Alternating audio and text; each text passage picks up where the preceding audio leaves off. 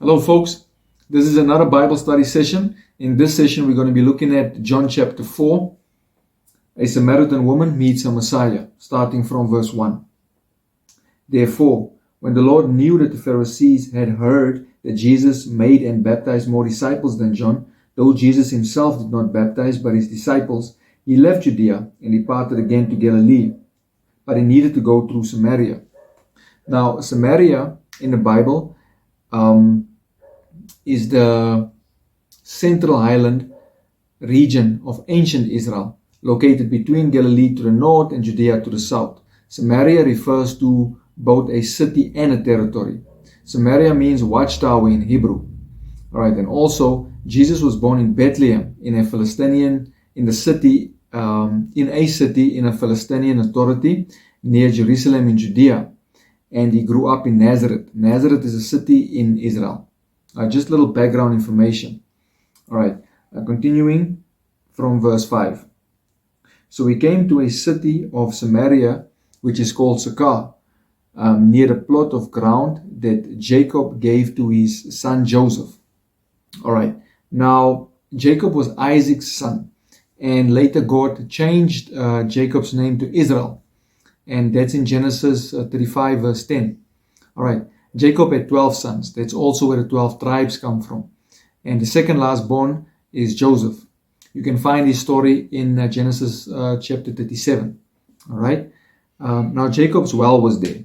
Jacob's well is introduced in Genesis 29. This is also where he met Rachel.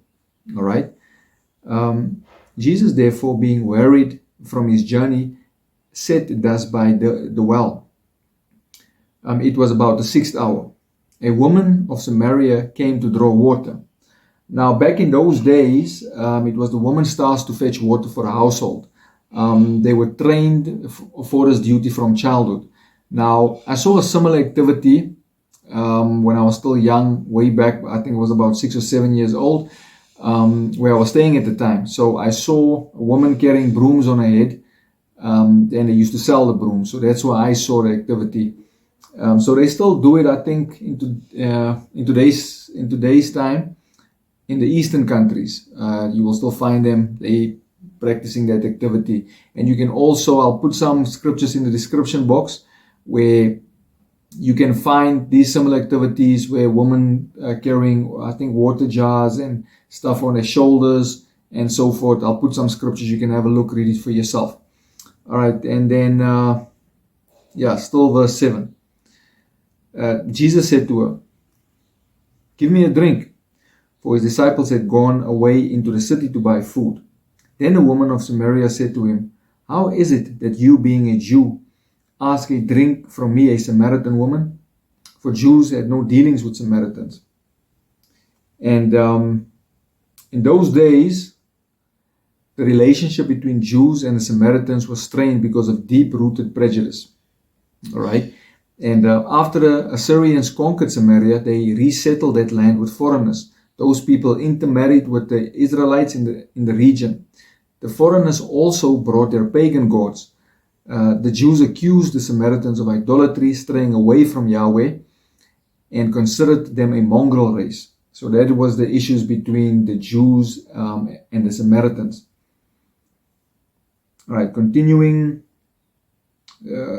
from verse 10. Jesus answered and said to her, "If you knew the gift of God and who it is who says to you, 'Give me a drink,' you would have asked him, and he would have given you living water." The woman said to him, "Sir, you have nothing to draw with, and the well is deep. Where then do you get this living water? Are you greater than our father Jacob, who gave us this well and drank from it himself, as well as his sons and his livestock?" Jesus answered and said to her, "Whoever drinks of this water will thirst again, but whoever drinks of the water that I shall give him will never thirst, but the water that I shall give him will become in him a living fountain of water, springing up into everlasting life." The woman said to him, "Sir, give me this water that I may not thirst, nor come here to draw." Jesus said to her, "Go call your husband and come here." The woman answered and said, I have no husband. Jesus said to her, You have well said, I have no husband, for you have had 5 husbands, and the one whom you now have is not your husband.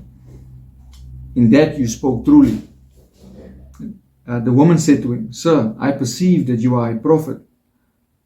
Our fathers worshipped on this mountain, and you Jews say that in Jerusalem is the place where one ought to worship.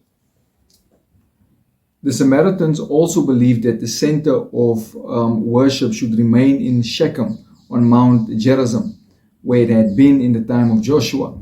The Jews, however, built their first temple at Jerusalem. Verse 21.